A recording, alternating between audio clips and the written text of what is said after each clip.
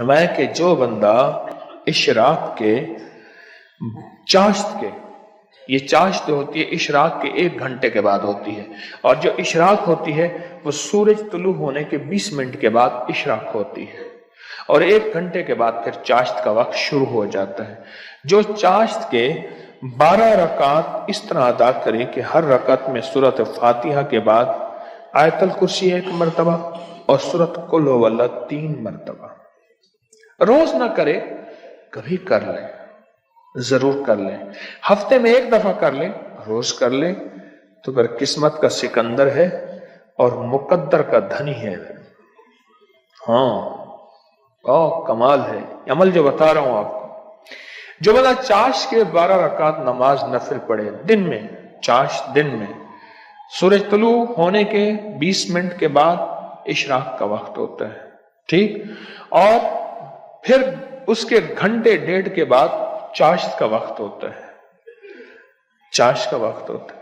جو چاشت کے وقت کی 12 رکعت پڑھے، ہر رکعت میں سورۃ فاتحہ کے بعد آیت الکرسی 1 مرتبہ، قل هو اللہ، پھر بولیں آیت الکرسی کتنی دفعہ اور قل هو اللہ 3، بس مختصر سے نفل ہے۔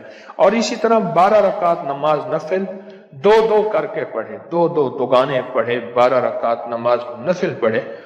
اب اس میں 6 دوگانے ہو جائیں گے نا، 6 دوگانے اور 12 نفل ہو جائیں گے۔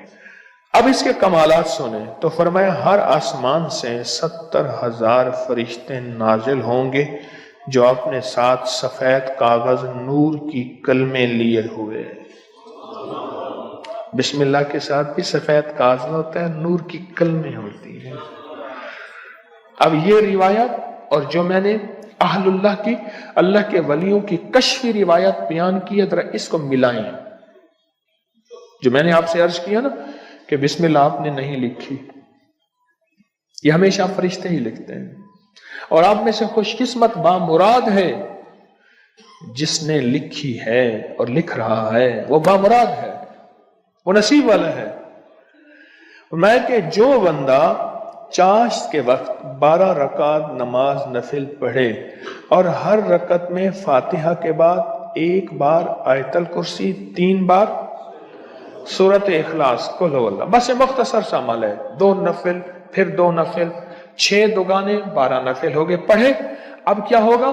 فرمایا ہر آسمان سے، کتنے آسمان ہیں؟ ہر آسمان سے 70,000 فرشتے نازل ہوں گے، ان کے ہاتھوں میں سفید کاغذ نور کی کلمیں ہوں گی، اور وہ فرشتے قیامت تک اس کی نیکیاں لکھتے رہیں گے، اس کی نیکیاں لکھتے رہیں گے۔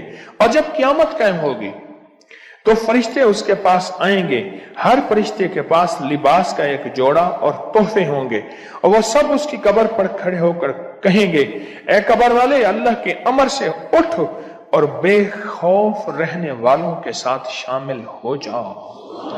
الا ان اولیاء اللہ لا خوف علیہم ولا ہم یحزنون، نہ خوف ہوگا، یحزنون نہ ٹینشن، حزن عربی میں کہتے ہیں ڈپریشن، ٹینشن، انزائٹی، ٹینشن ہی نہیں ہوگی،